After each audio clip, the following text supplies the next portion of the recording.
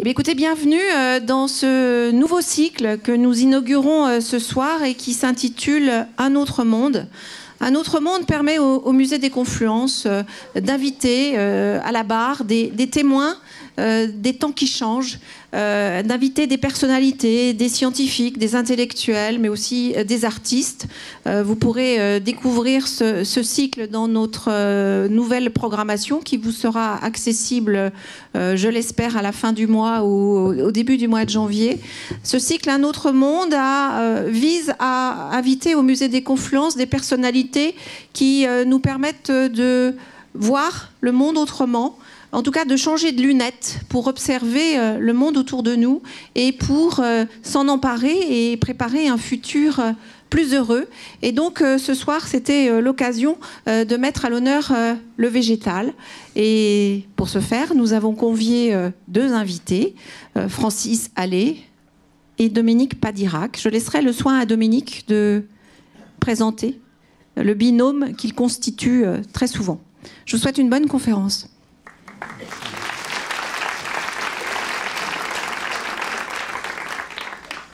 Bonsoir. Merci d'abord d'être si nombreux. Merci à l'équipe du Musée des Confluences, à Catherine Baudet. Alors nous savons tous que depuis des millénaires, les plantes sont appréciées pour leur goût, leurs odeurs, leurs couleurs, leurs propriétés médicinales.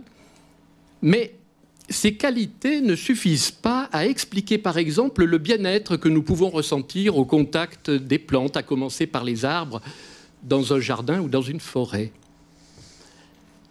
Alors, depuis peu, des livres, des documentaires, des publications spécialisées ou destinées au grand public, il est rare d'ailleurs que Francis Allais n'y soit pas impliqué, nous révèlent que les plantes sont tout aussi douées que les animaux dans bien des domaines.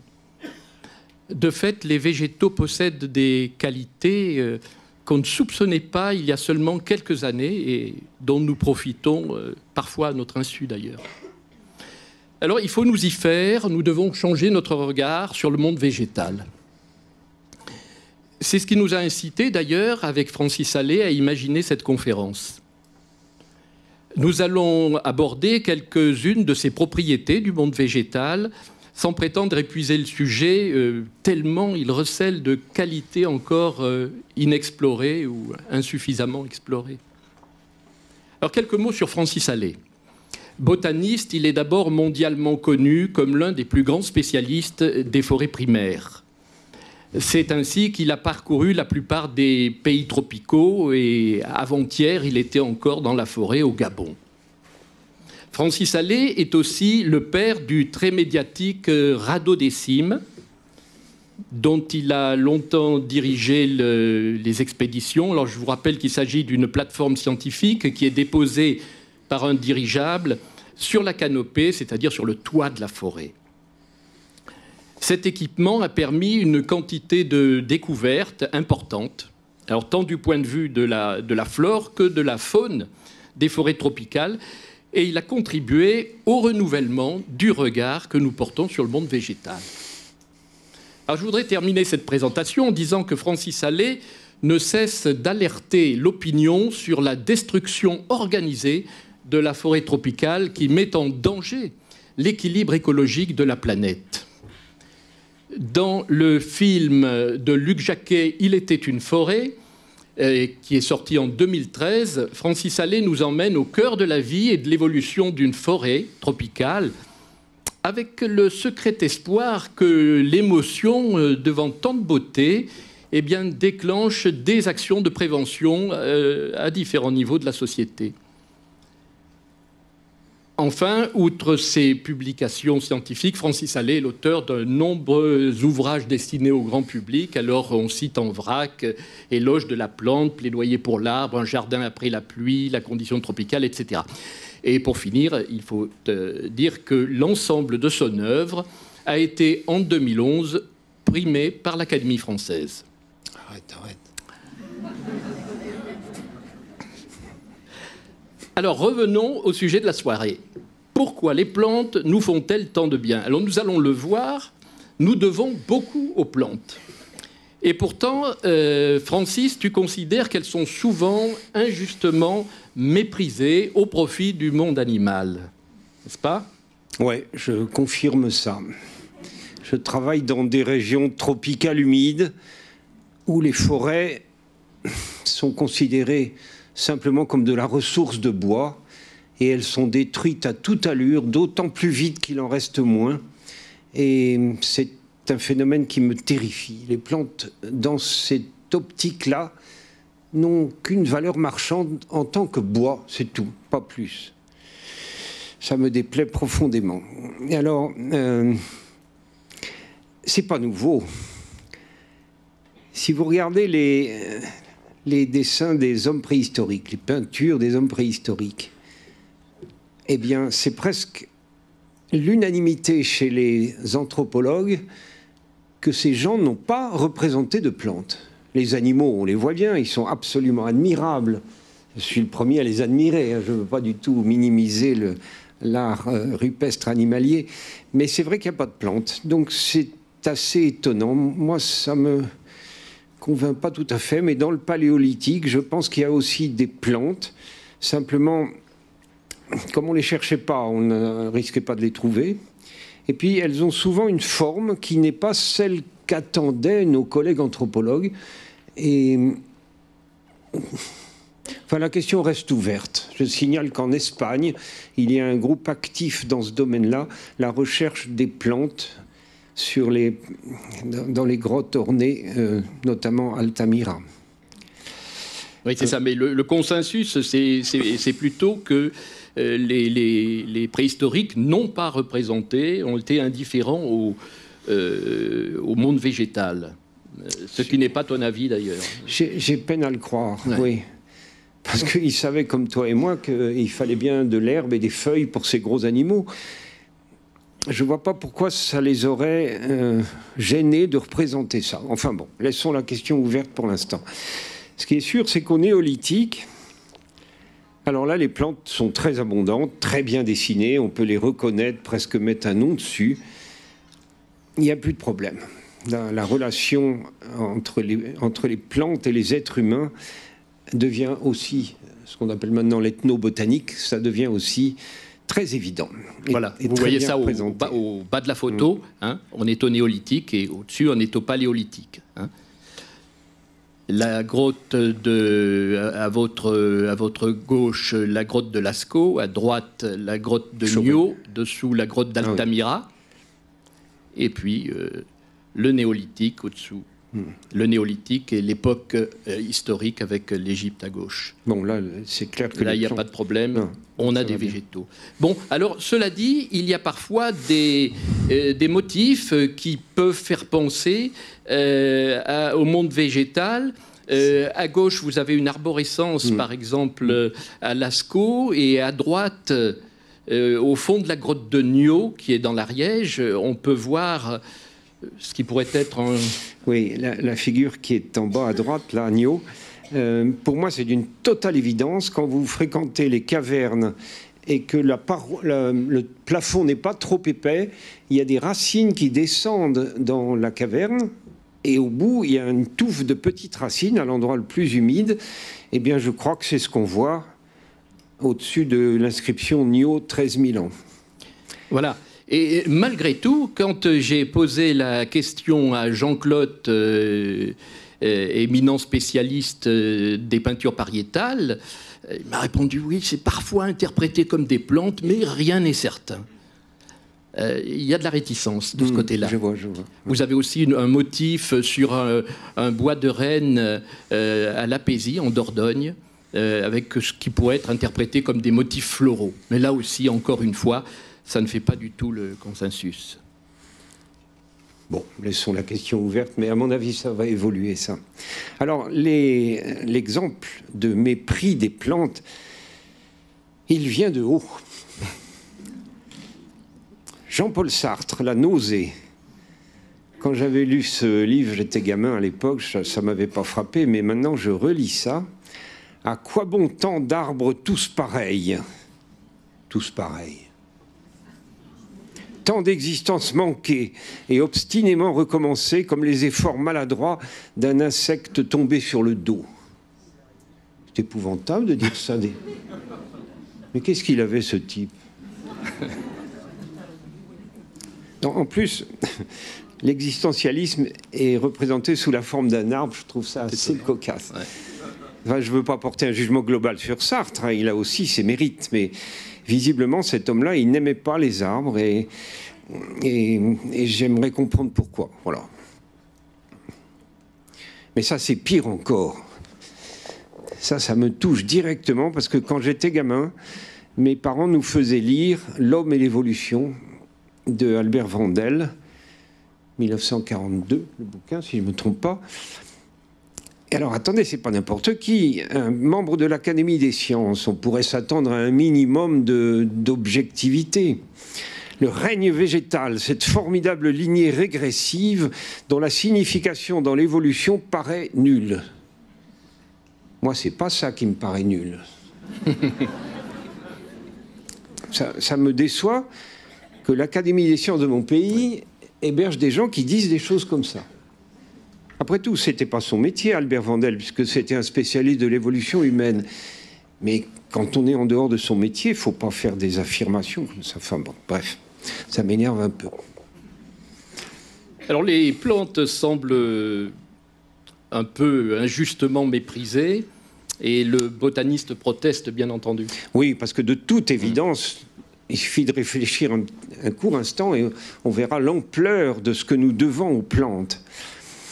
L'alimentation, c'est évident, c'est tout à fait évident. Alors, il y a quelques fruits et quelques légumes là-dessus, c'est pas la peine d'assister. On en mange bien plus que ça et on ne pourrait pas vivre sans les plantes. C'est une complète évidence. D'ailleurs, même si on est carnivore, il faut bien reconnaître que les carnivores ont dû manger des herbivores. Donc, à la base de cette chaîne alimentaire, il y a forcément des plantes. Un truc qui est mieux connu et bien reconnu, c'est l'utilisation des plantes en médecine et en pharmacie. Il me semble que je reconnais là le quinquina, une plante très utile quand on fréquente les tropiques, comme je le fais. En bas, il y a l'if, qui donne une des meilleures molécules dont nous disposions pour le traitement des cancers. Et je vois également le ginkgo, qui est maintenant cultivé en vaste plantation pour aider à la circulation du cerveau, la circulation sanguine dans le cerveau. Bref, la plupart de nos médicaments sont d'origine végétale. N'oublions pas les plantes ornementales, qui sont très importantes, surtout depuis quelques années. Ornementation, parfumerie, cosmétique, tout ça a sa place dans notre économie. Et puis, il y a un domaine un peu plus discret, mais super important, c'est les matériaux et les matières premières pour l'industrie. Vous savez que si on regarde les pneus d'avion, par exemple, c'est entièrement du caoutchouc naturel. Donc on ne pourrait pas faire de pneus d'avion si nous n'avions pas l'EVA brésilien 6, c'est l'image qui est en bas à gauche. En bas à gauche, ouais. Et puis, bien entendu, le bambou, qui est une des plantes les plus utiles au niveau mondial. Et puis le bois, bien sûr. Et puis, s'il n'y avait pas de bois, il n'y aurait pas de papier. Enfin bref, on est entouré des bienfaits des arbres et des plantes en général. Mais ce n'est pas exactement de ça qu'on voudrait vous parler. C'est de choses peut-être plus subtiles. Et malgré tout, il faut peut-être revenir sur la santé et la prévention des maladies. Alors, vous connaissez tous le slogan « Mangez 5 fruits et légumes et tout ira bien ». On sait que consommer des fruits et des légumes est bon pour la santé. On sait même que le consommateur régulier de fruits et légumes a tendance à avoir un cerveau en meilleure forme. Bon, si l'on demande pourquoi, on invoque souvent les antioxydants.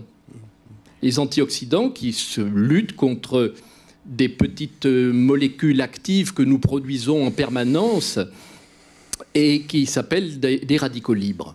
Donc les antioxydants neutralisent les radicaux libres. Ce sont ces radicaux libres qui nous font vieillir et qui finalement nous font mourir d'une certaine manière, petit à petit. Alors si dire que les antioxydants c'est par les antioxydants que les fruits et les légumes sont actifs sur notre santé. C'est très exagéré. Si l'on isole des antioxydants et qu'on les donne sous la forme de gélules, de comprimés, etc., eh bien on ne constate, et ça a été étudié, on ne constate aucun effet bénéfique sur la santé, ni en tant que prévention, ni en tant qu'atténuation des maladies. Alors, comment est-ce que les fruits et légumes s'y prennent pour nous garder en bonne santé?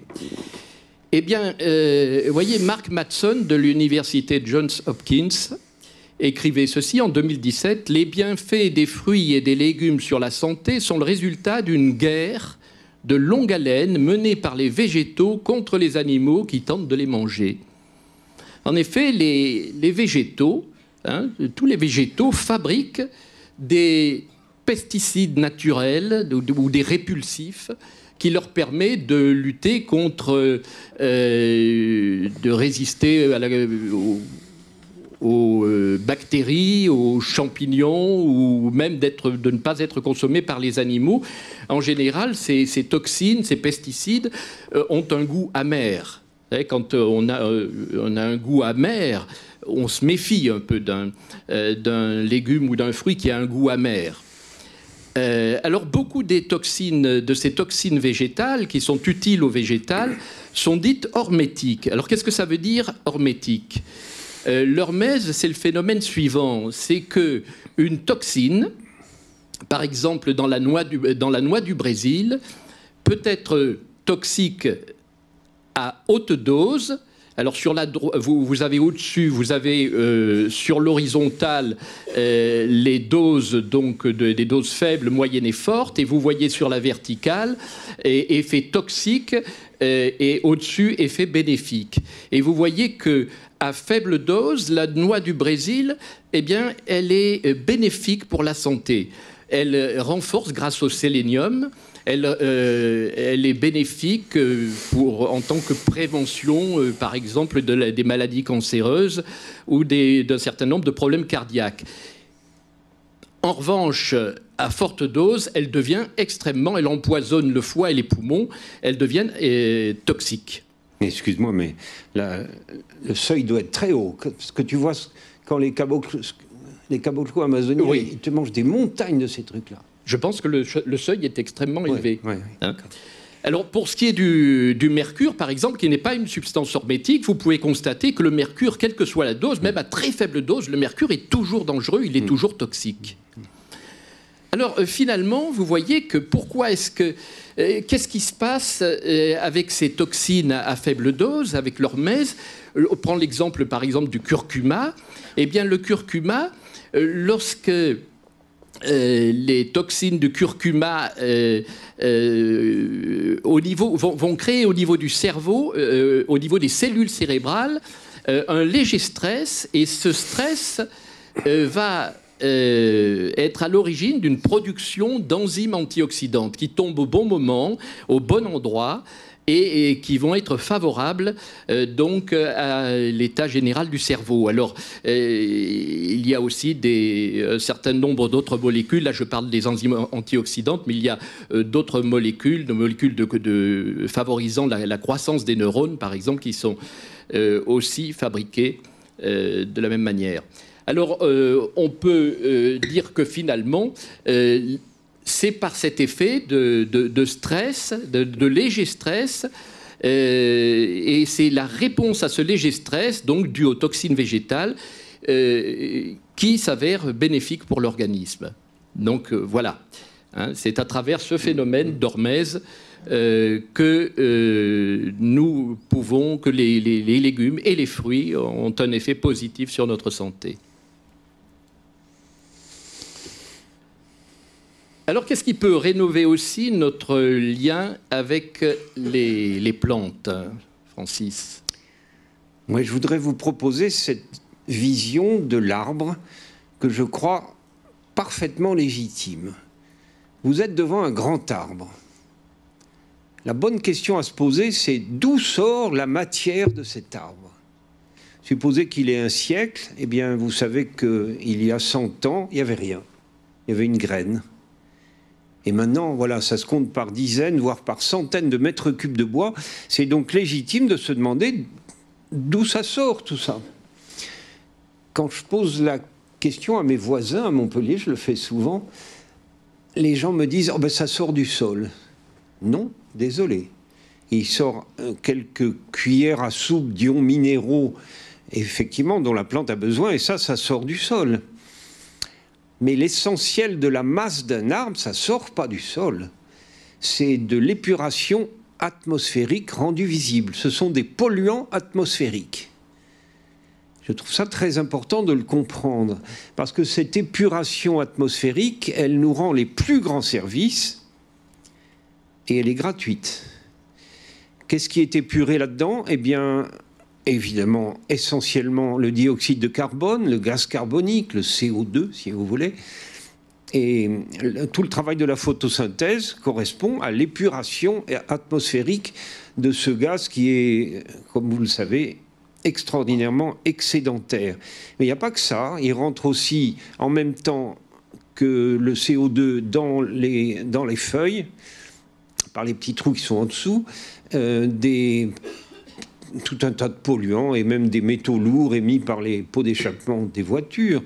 Tout ça ne sert à rien pour la plante, mais au moins c'est stocké et ça restera stocké tant qu'elle est vivante. Voilà, je crois que c'est une bonne manière de voir l'arbre, comme un amas de polluants atmosphériques.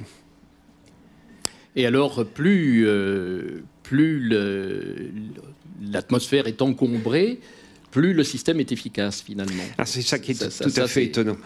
Ça, c'est une découverte qui n'est pas vieille et que je trouve absolument étonnante. Voilà, plus il y a de pollution à absorber, plus l'air est profondément pollué et nécessite plus de purification, plus la plante est efficace.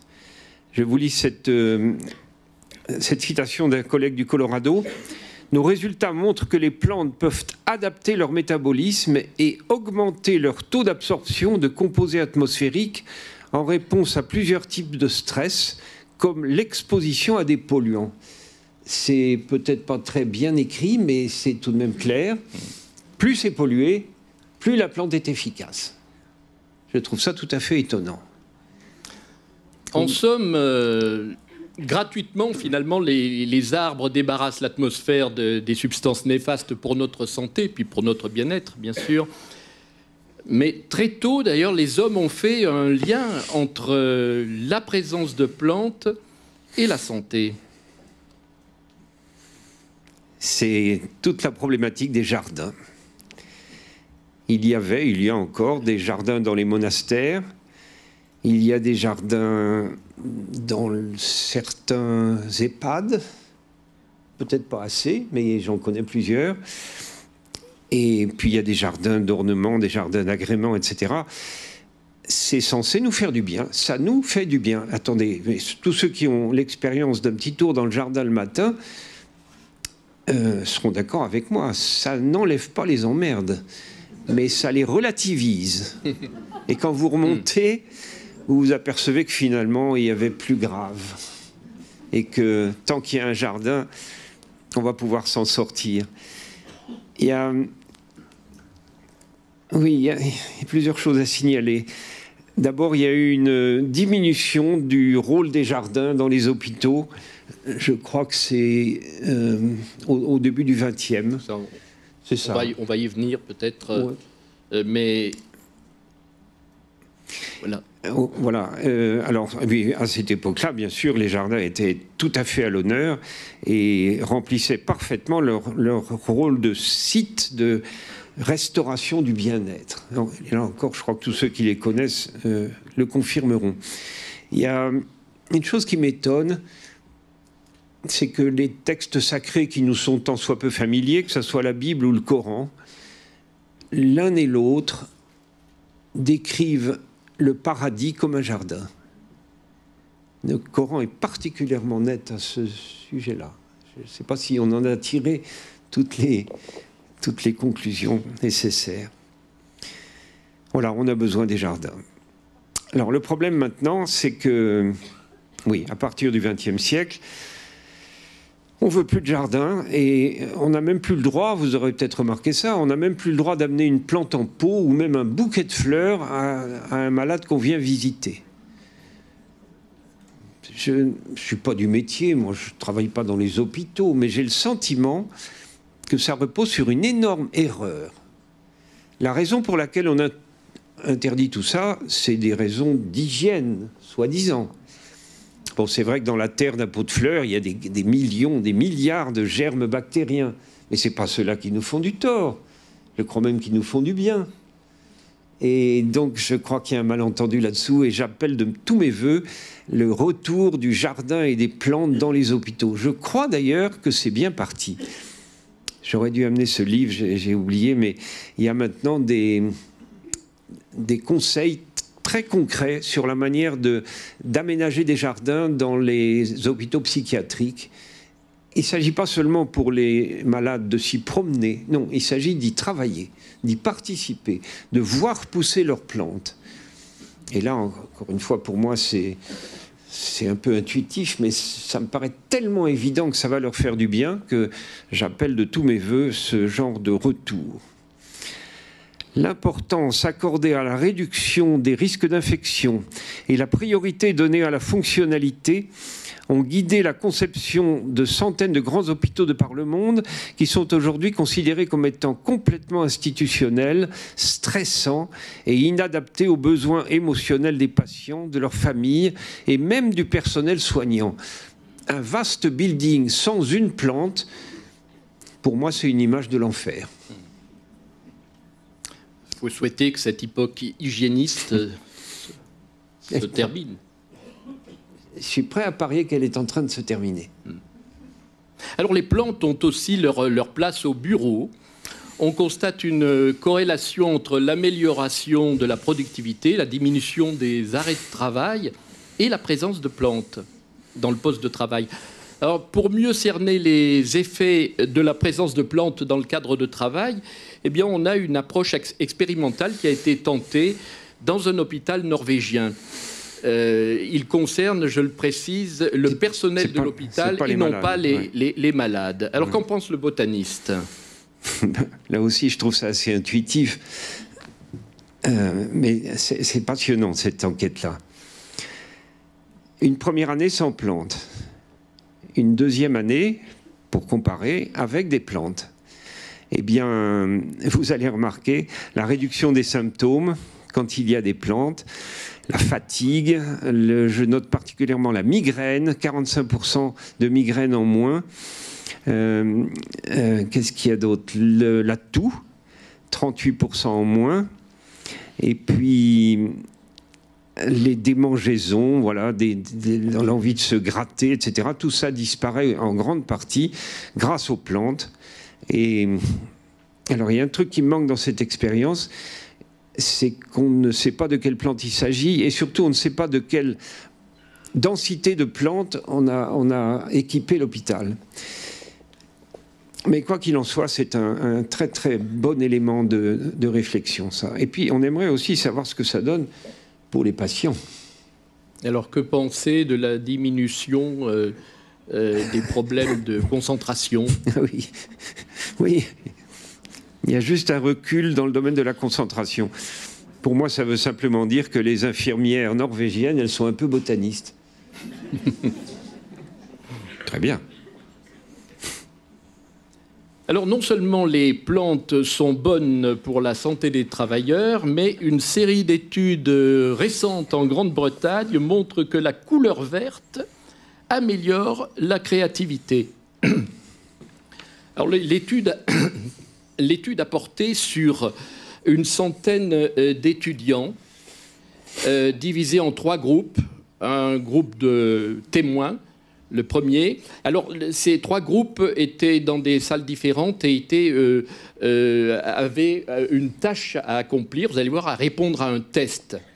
Alors, les premiers étaient dans une salle avec présence de plantes, mais les volets fermés et donc l'éclairage électrique et une feuille de papier blanc pour accomplir leur tâche. Le groupe 2 en présence de plantes avec les volets grands ouverts sur la nature végétale, bien sûr, et avec un éclairage naturel du soleil, et une feuille blanche. Et puis le troisième groupe, eh bien, pas de plantes, les volets fermés, éclairage électrique, mais accomplir la tâche sur une feuille de papier verte. Étonnant. Eh bien, on a demandé à ces étudiants, donc on a proposé à ces étudiants 2 tests, un test de créativité verbale du type nommer toutes les utilisations auxquelles vous pouvez penser pour une brique.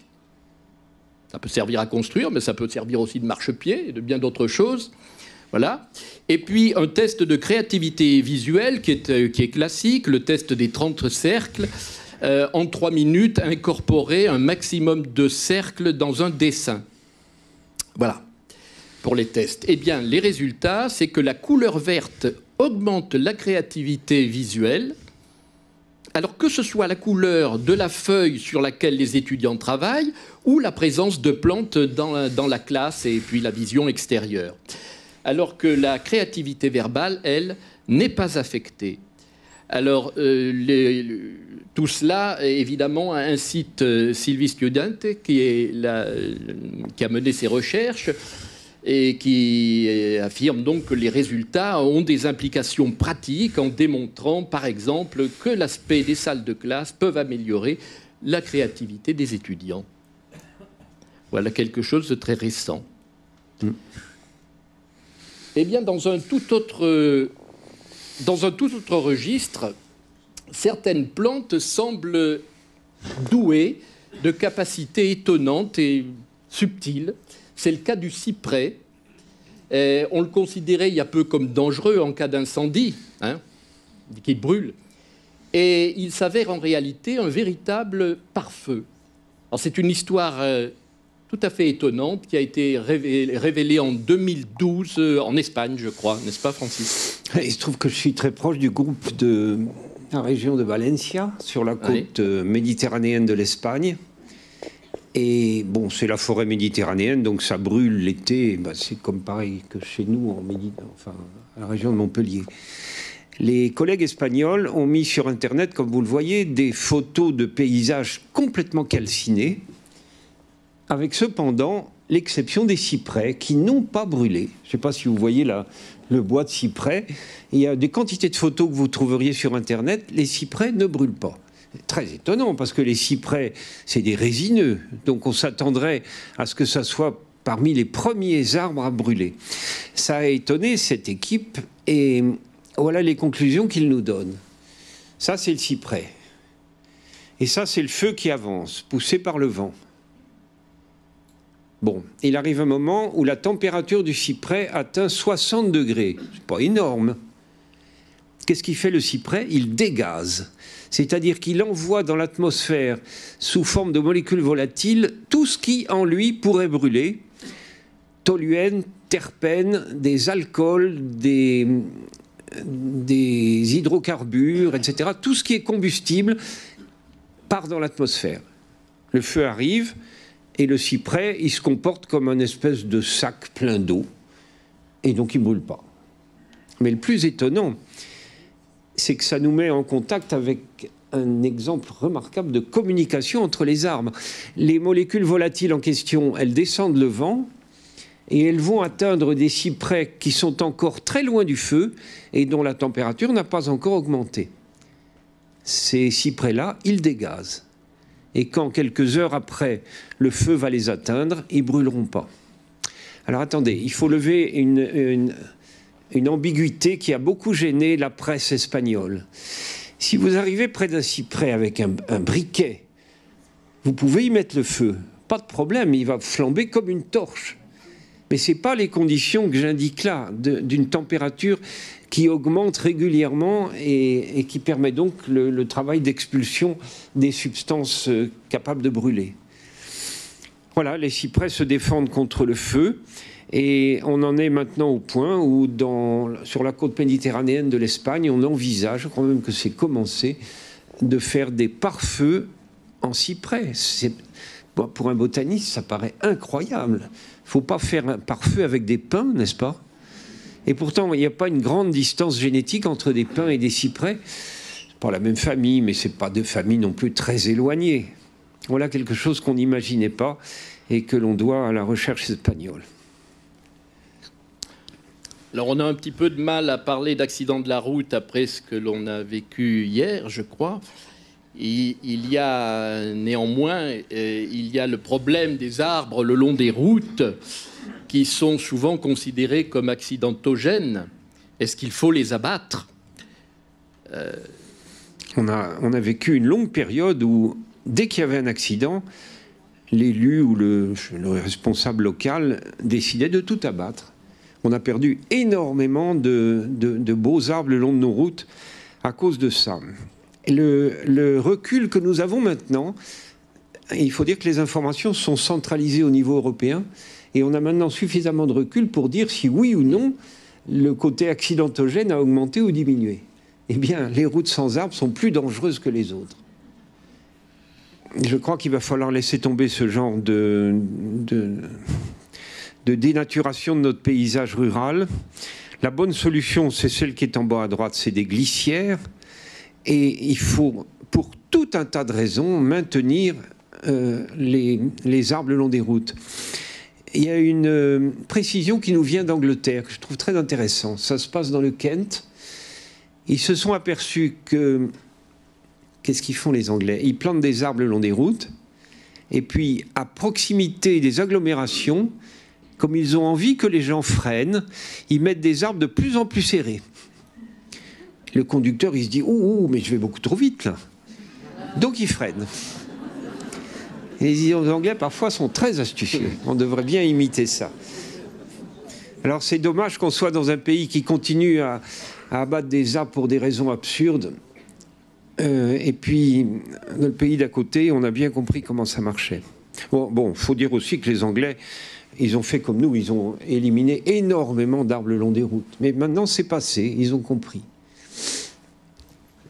Alors non seulement les arbres ne sont pas dangereux, mais par leur seule présence, est-ce qu'ils ne sont pas finalement des facteurs de lien social?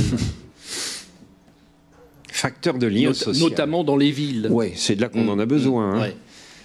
Ça me fait grand plaisir de voir ces gens qui vivent dans des sites arborés, parce que de toute évidence, ça leur fait du bien, et ça fait du bien au lien social. Ça, je crois que ça a été bien démontré. Un bel arbre au milieu d'une pelouse, je crois que c'est à Lyon, ça. Hein, ou bien des enfants qui jouent. Oui, là on est au parc de la Croix-Laval. Il y a 2 images au parc de la Croix-Laval et une à Tokyo. Ouais. Je crois que c'est très important de laisser les enfants grimper dans les arbres, jouer avec les arbres, etc. Pourquoi? Parce qu'ils sont fixes, mais on sait qu'ils sont vivants, ils vont grandir, on les retrouve d'une année sur l'autre, légèrement différents. Il y a une sorte de permanence, de non-violence. Et puis, ça participe de notre mémoire collective. Un vieil arbre comme celui qui est là, on sait que nos parents l'ont vu, peut-être nos grands-parents l'ont vu. Bref, c'est un lien temporel également.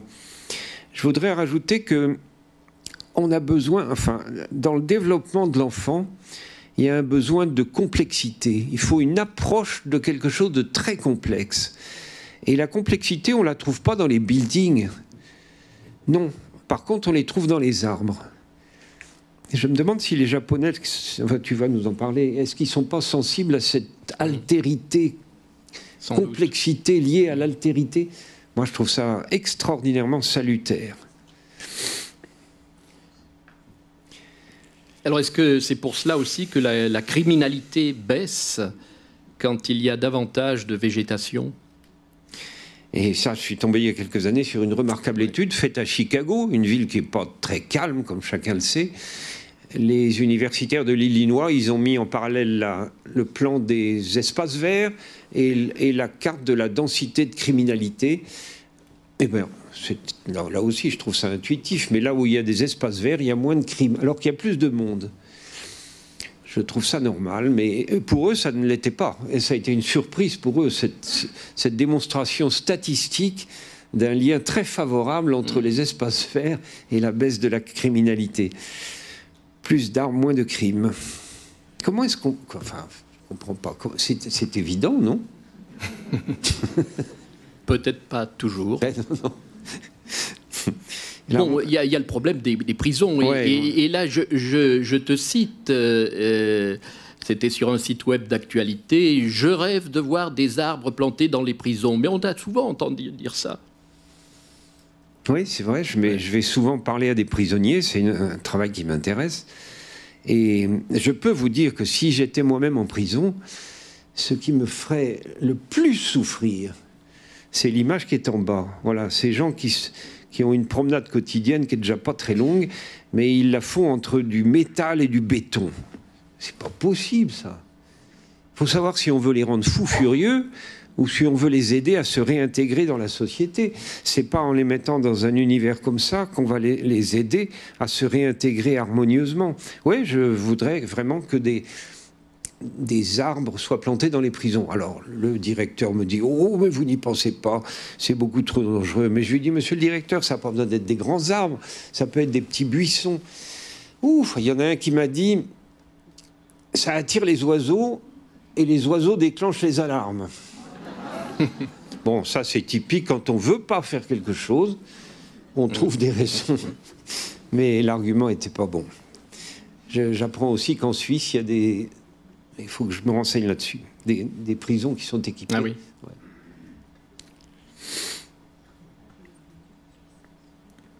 Ah, quelques paroles importantes. Lord Bouddha. La forêt est un organisme d'une gentillesse et d'une générosité sans limite, qui ne demande rien pour sa propre subsistance, mais offre tout ce que la vie lui permet de produire. Elle étend sa protection à tous les êtres vivants, allant jusqu'à offrir son ombre aux bûcherons venus la détruire. Siddhartha Gautama, Lord Bouddha. Je crois que la citation est un peu courte, parce qu'il offre aussi le manche de la hache. Et qu'est-ce qu'il ferait le bûcheron s'il avait que le fer de la hache, sans avoir de manche? Voilà, c'est une très belle parole, ça, je trouve. Mais Lord Bouddha, il a eu une vie totalement à l'ombre des arbres. Il est né sous un arbre, il a eu son aventure spirituelle sous un arbre, il est mort sous un arbre. Enfin bref, il a une vie arborée. Alors chacun peut profiter de cette gentillesse, de cette protection de la forêt. Et ainsi, au Japon, on pratique la thérapie forestière. Il faut dire que les Japonais ont un lien particulier, très sensible avec les arbres.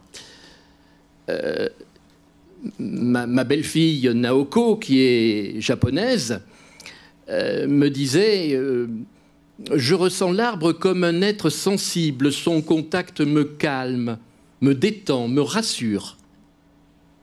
C'est important pour un Japonais d'être rassuré. Alors, il ne faut pas oublier que le Japon, c'est le deuxième pays le plus boisé du monde, après la Finlande. Au Japon, 67% du territoire japonais est couvert de cèdres, de cyprès, de chênes, de hêtres. Et dans le shintoïsme, qui est la religion dominante du Japon avec le bouddhisme, eh bien, la nature est habitée par une multitude de divinités, les kami. Alors, un arbre qui est habité par un kami, on le reconnaît, c'est celui que vous avez sous les yeux. C'est un arbre sacré. Et pour le reconnaître, eh bien, il est entouré d'un shimenawa, c'est une ceinture de paille de riz. Voyez ? Donc il est respecté, bien entendu. Et finalement, ces arbres sont devenus un symbole fort au sein des temples shintoïstes. Ce qu'il faut dire, c'est que l'arbre aussi, par ses qualités, correspond à des aspirations humaines. Ces aspirations humaines, c'est la grandeur, c'est la résistance, c'est la longévité, c'est la stabilité, par exemple. Au Japon, on a aussi le culte des vieux arbres. Il ne viendrait pas à l'idée d'un Japonais qu'un arbre est dangereux, même s'il est à moitié déraciné. On le préserve.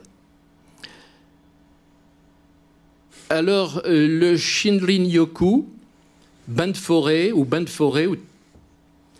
qu'est-ce que c'est? C'est un terme d'abord qui est apparu en 1982 à l'initiative de l'Agence de la forêt japonaise. Ça consiste soit en de simples balades en forêt, avec une recherche, si vous voulez, d'imprégnation, vous voyez, s'imprégner par tous ses sens, voilà, la respiration, soit d'une véritable thérapie forestière. Alors là, on reste 3 jours, en général, c'est basé sur 3 jours et 2 nuits en forêt, avec des spécialistes agréés et dans des forêts qui sont choisies pour leur qualité, leurs effets positifs, qui ont été mesurés, nous allons le voir. Alors, cette thérapie consiste simplement en exercices physiques appropriés, mais qui sont des exercices où on ne recherche pas l'intensité du tout, et sur des exercices respiratoires. On respire les huiles essentielles de bois. Vous pouvez voir ici que ce séjour en forêt, cette thérapie forestière, eh bien, elle vise à un équilibre à la fois physique, émotionnel et psychique, et ceci grâce à un environnement apaisant, un microclimat, celui qu'on connaît dans les forêts, hein, moins venté, plus tranquille, un air pur et oxygéné, et puis un air qui est enrichi en huiles essentielles, les fameux phytoncides. En fait, les phytoncides sont des molécules volatiles qui sont fabriquées par les arbres avec, dans le but de se défendre. Hein, c'est un système de défense et puis aussi de communication pour les arbres. Ces phytoncides sont bactéricides, sont fongicides, et il semble qu'ils sont bénéfiques pour notre santé, comme nous allons le voir. Alors, au Japon, on a 62 bases actuellement de thérapie forestière qui sont réparties sur l'ensemble du territoire. Vous en avez quelques-unes qui sont représentées ici, simplement. Vous voyez ? Et les effets ont été mesurés. Entre 2004 et 2006, si vous voulez, il y a eu une recherche importante sous l'égide du ministère de l'Agriculture, de la Sylviculture et de la Pêche. Et ce projet de recherche avait pour but donc d'explorer les effets thérapeutiques des forêts sur la santé humaine. C'est le professeur Kingley de la Nippon Medical School qui a mené l'équipe de recherche. Et Kingley est un spécialiste des effets de l'environnement sur l'immunité, sur nos défenses immunitaires. Alors qu'est-ce qu'il a fait ? Il a fait d'une part des tests dits in vitro, c'est-à-dire dans des éprouvettes, si vous voulez, voilà, où il a exposé des cultures de cellules à des phytoncides, les fameux phytoncides dont on vient de parler, et puis des mesures in vivo, c'est-à-dire chez des personnes, hein, chez des groupes de personnes qui étaient en cours de thérapie forestière. Et il a fait des mesures et des prélèvements sur ces groupes, prélèvements de sang, prélèvements de salive, dans lesquels il a mesuré un certain nombre de molécules. Alors, les résultats sont ceux que vous avez sur l'écran. Vous voyez qu'en forêt, au bout de simplement, dès la première journée en forêt, et à plus forte raison, au bout de 2 jours, on a une diminution de la quantité d'adrénaline dosée dans l'urine. L'adrénaline, c'est l'hormone qui fait battre le cœur, c'est l'hormone du stress, une des hormones du stress. Vous voyez que donc le stress diminue, l'adrénaline diminue, alors qu'une balade en ville n'a absolument pas le même effet. Donc ça, c'est un effet sur le système cardiovasculaire et sur le stress. Et puis d'autre part, ce qui est extrêmement intéressant dans le cas présent, c'est l'effet sur les cellules NK, les natural killers. Les cellules NK, les cellules tueuses naturelles, ce sont des cellules sentinelles de l'immunité innée, on appelle ça comme ça, hein, et qui nous permettent d'éliminer rapidement les cellules cancéreuses, les cellules anormales, c'est-à-dire d'une part les cellules tumorales, cancéreuses, et puis les cellules infectées, par exemple, par des virus, tout en respectant, bien sûr, les cellules saines. Alors, ces cellules NK, eh bien, vous voyez que à la fois leur activité augmente et leur nombre et activité des cellules NK augmente, ce qui est extrêmement favorable, évidemment. Alors, on a mis en évidence des mécanismes d'action. Le mécanisme d'action, ici, c'est simplement, il est résumé, si vous voulez, ici, l'effet du bain de forêt avec les phytoncides d'action donc sur les cellules NK qui deviennent à la fois plus nombreuses et plus performantes, qui fabriquent ces protéines-là, granzymes, perforines, granulysines, qui sont, on peut les appeler, si vous voulez, pour simplifier, protéines anticancéreuses, anticancer, voyez. La perforine, par exemple, perforant la cellule tumorale et permettant aux granzymes de pénétrer à l'intérieur, le tout aboutissant à la mort de la cellule tumorale. Donc, Kingley a montré cela de façon assez spectaculaire, et actuellement, il est reconnu au niveau international comme étant... il a une réputation tout à fait éminente.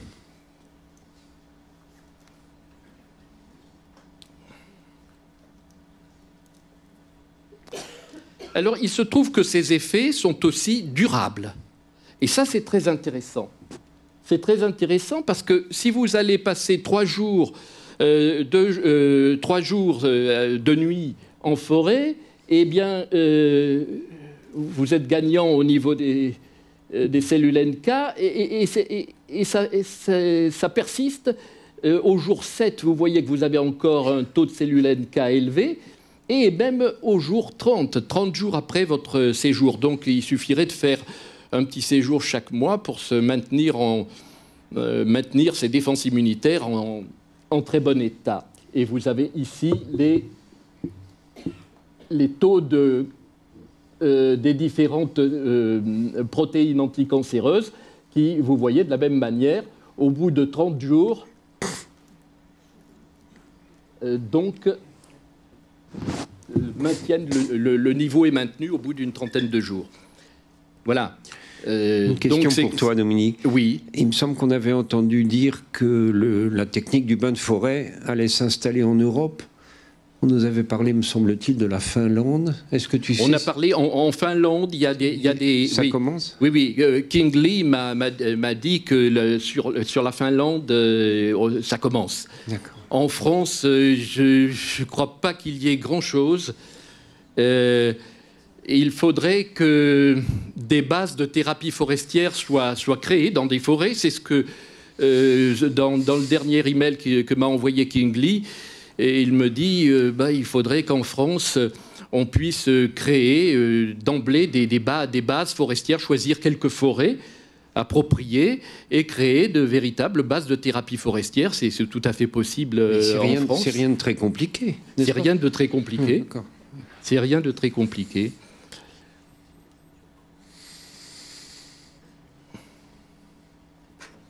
Alors, les résultats les plus significatifs obtenus au cours de ces recherches par le professeur Kingley, eh bien, ce sont les suivantes. Effets préventifs sur les cancers, donc à partir des cellules NK et des protéines anticancers. Effets préventifs sur l'hypertension. Effets relaxants, ça on l'imagine. Effets positifs sur le métabolisme général, j'en ai pas parlé, c'est un peu plus pointu. Et effets positifs sur l'anxiété et la dépression, on imagine aussi, ça paraît... Ce que je trouve drôle, c'est que c'est de la connaissance empirique en Europe depuis très longtemps. Oui. On sait bien qu'une balade en forêt, on en sort... Ça fait du bien. Ouais. La preuve, c'est que tu es arrivé quand je t'ai dit hier au téléphone, tu n'es pas trop fatigué de ton voyage au Gabon. Bah, tu m'as dit, pas du tout. Je suis regonflé. J'étais en forêt.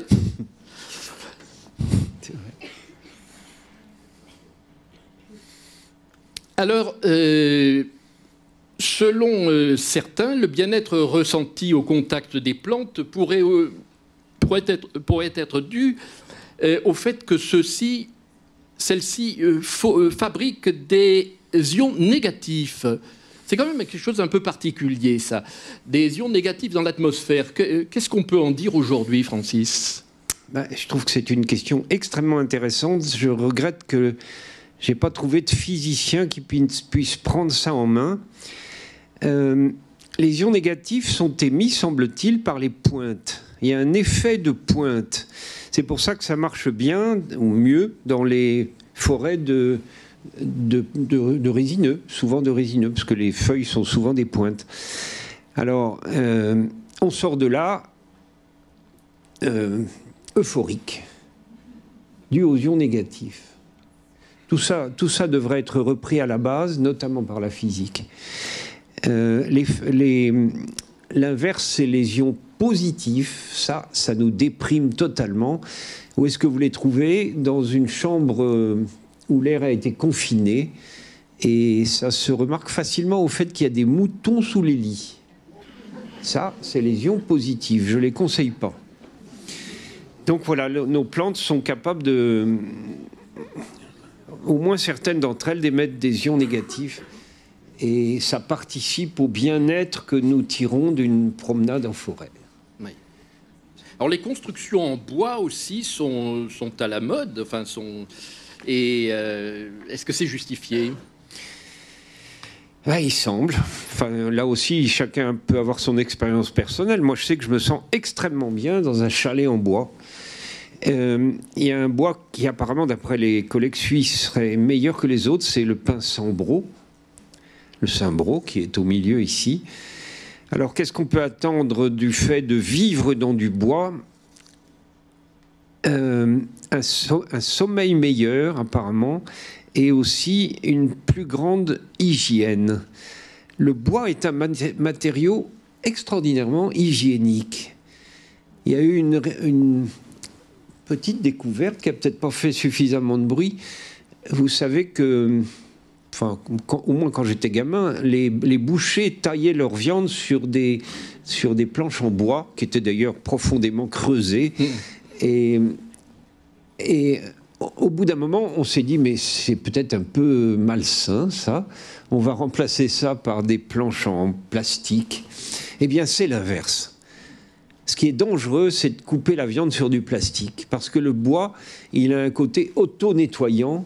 Là aussi, on ne domine pas complètement la question, mais c'est facile de démontrer qu'il y a beaucoup moins de germes bactériens sur une planche à découper la viande en bois. C'est peut-être encore une fois les phytoncides. En tout cas, n'hésitez pas, les intérieurs en bois, c'est très bon pour la santé. Alors, plus curieux maintenant, les arbres pourraient contribuer au bien-être de millions de personnes, ceux qui habitent dans les forêts à forte, dans les pays, à forte sismicité. Je pense au Japon, par exemple. Et d'ailleurs, ces recherches sont menées au Japon et en Chine. Des arbres pour prédire les séismes. Alors, à l'origine, Hideo Toriyama, qui est un spécialiste de la physiologie des plantes sensitives. Vous voyez ces plantes, vous voyez la sensitive sur l'écran qui est en train de se fermer dès qu'on la touche, n'est-ce pas ? Donc, c'est un spécialiste de la physiologie de ces plantes-là. Et au cours de ses recherches, il mesurait le potentiel bioélectrique d'arbre à soie. L'arbre à soie, c'est celui que vous voyez au-dessous. Albizia julibricine. Ce potentiel bioélectrique de l'arbre à soie, c'est tout simplement il résulte de l'activité biologique, physiologique de l'arbre. Et l'enregistrer, c'est comme quand on enregistre l'activité électrique de votre cerveau avec un électroencéphalogramme ou de votre cœur avec un électrocardiogramme. Voilà, c'est l'activité électrique de l'arbre, c'est sa physiologie. Alors, il enregistrait ce potentiel bioélectrique et il a fait une observation en 1977, une observation surprenante. C'est une grosse variation de l'activité électrique de l'arbre 37 heures avant un séisme de magnitude 4 à Tokyo. Alors, bon,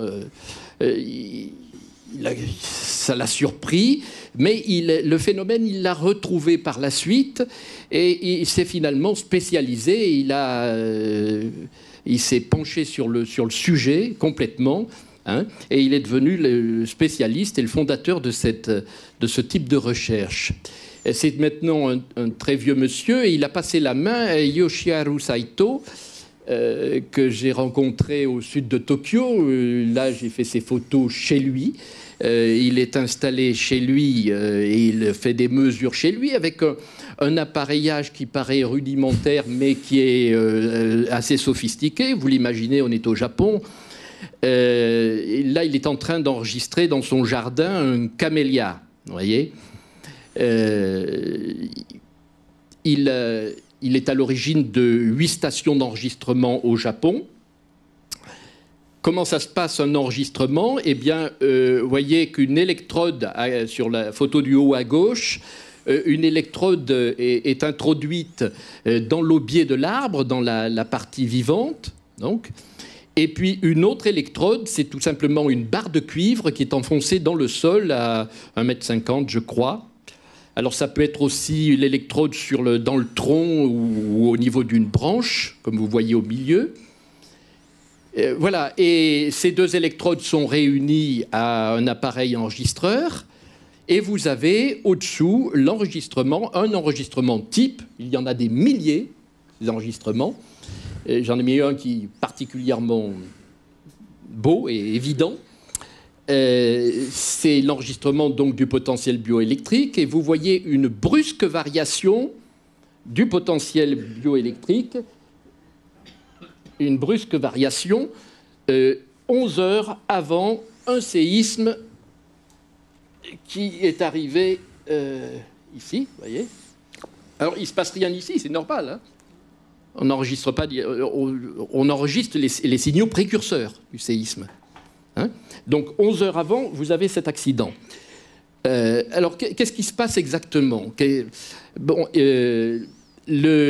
au cours d'un séisme, on le sait.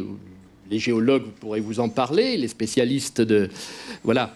On sait qu'au cours de la fracture, un séisme, c'est une fracture des roches, eh bien, il y a un certain nombre de phénomènes, d'émissions, à la fois électriques, chimiques, et qui vont s'échapper à partir de l'épicentre, enfin du foyer plutôt, l'endroit où a lieu la fracture, et qui vont arriver un certain temps après au niveau de l'enregistreur, alors ici au niveau des racines de l'arbre, et ces racines qui sont extrêmement sensibles. On sait aujourd'hui la sensibilité, la sophistication d'une racine, c'est extraordinaire. Et le potentiel, l'activité donc, est perturbée par cette arrivée des signaux précurseurs.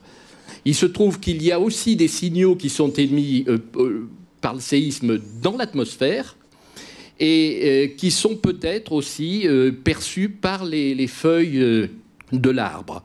Et d'ailleurs, Saito travaille là-dessus aussi.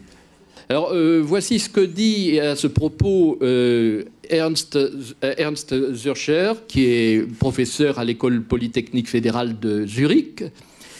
Quelques équipes de recherche et des thèses financées par exemple par des compagnies d'assurance intéressées à la détection des risques majeurs permettraient à mon avis de faire des progrès rapides en collaboration avec des sismologues et de passer peut-être bientôt à la phase de l'application pratique avec ses processus de validation comparative. Des vies humaines étant en jeu, la piste ouverte par Toriyama et Saito vaut certainement la peine d'être explorée. Super.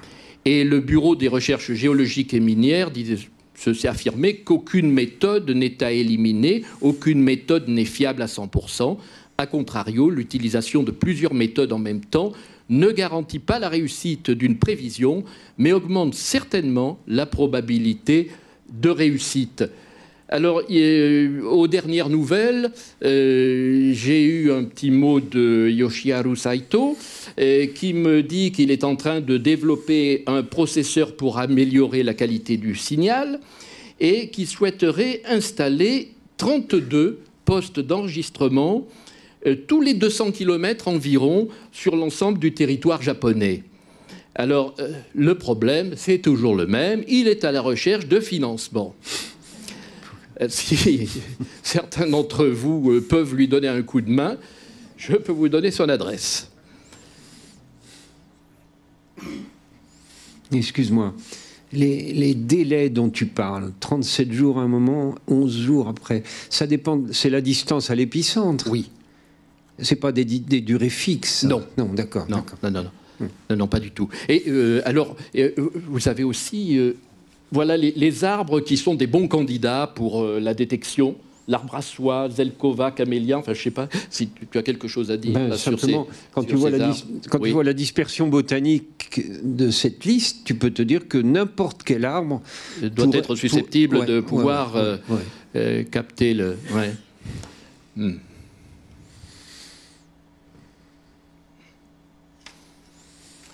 Alors, à présent, une propriété étrange et fascinante, quelque part, dont les mécanismes ont été mieux compris tout récemment. Les arbres appellent la pluie. Francis. Phénomène tout à fait passionnant et qui concerne d'abord les forêts équatoriales, là où je travaille.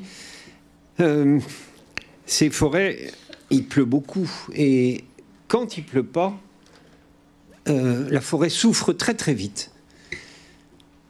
Il faut vous dire que même si l'air est saturé d'humidité, il n'est pas forcé qu'il pleuve parce qu'il faut des germes, des germes physiques autour desquels s'agglomèrent les molécules d'eau jusqu'à ce que ça fasse une goutte qui tombe. S'il y a ces germes, il va pleuvoir. S'il n'y a pas, il ne pleuvra pas. Alors, dans nos régions ici, les germes en question, c'est des grains de poussière et souvent aussi des grains de pollen. Le pollen vole ici.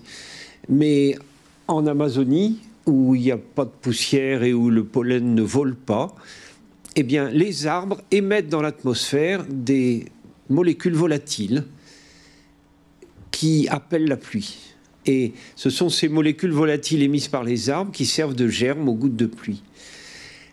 Chaque arbre a sa propre molécule volatile. Il a donc une richesse biochimique absolument fantastique.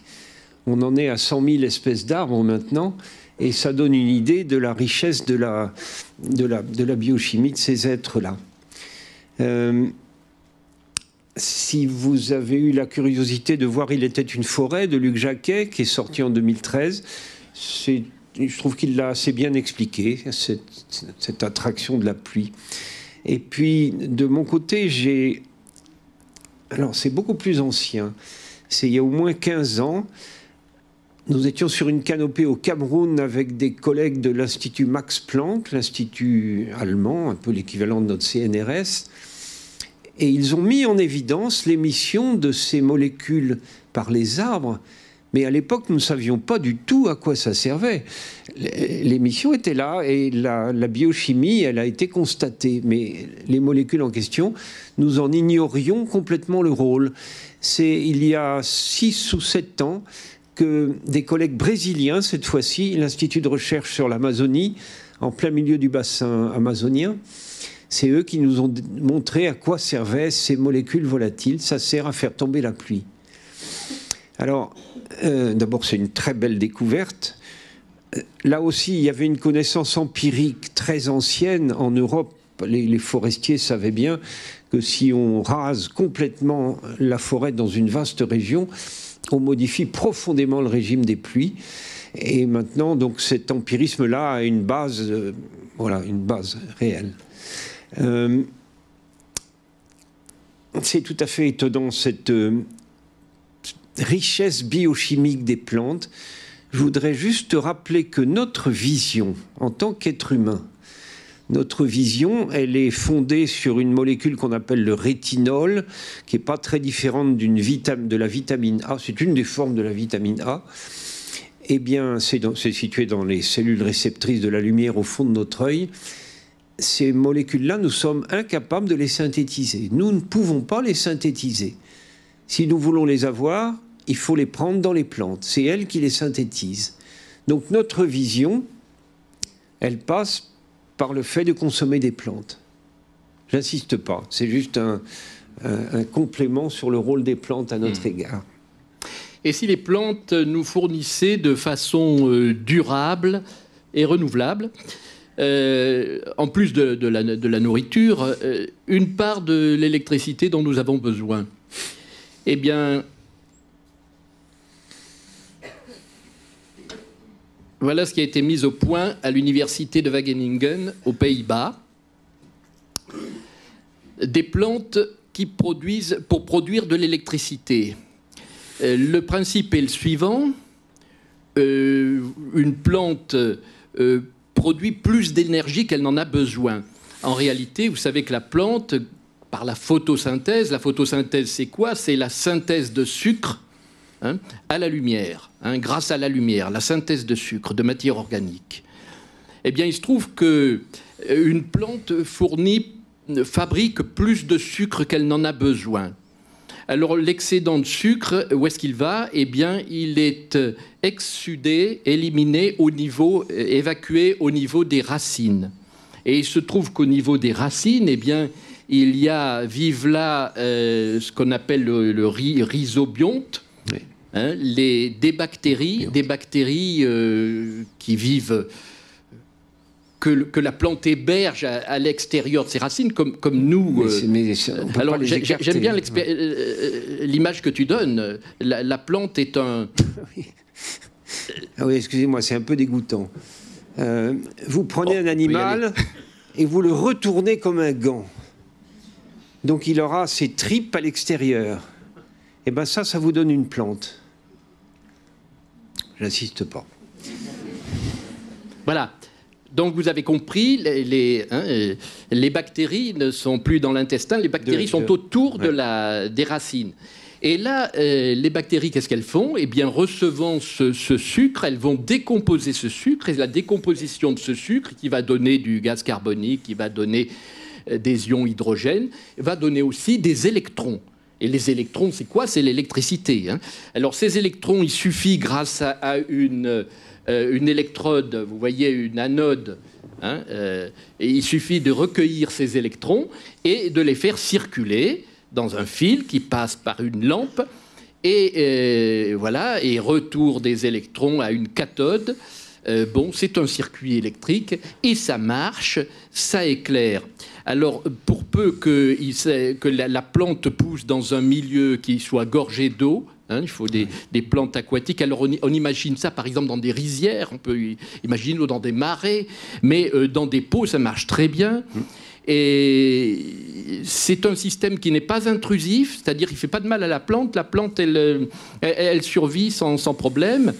Et puis, ça fonctionne jour et nuit, sauf gel et évaporation. Alors, si ça s'évapore, bien, on remet de l'eau. Et puis, s'il gèle, il faut dégeler. Il faut attendre que ça dégèle. Voilà. Alors, qu'est-ce qu'on peut faire avec ça?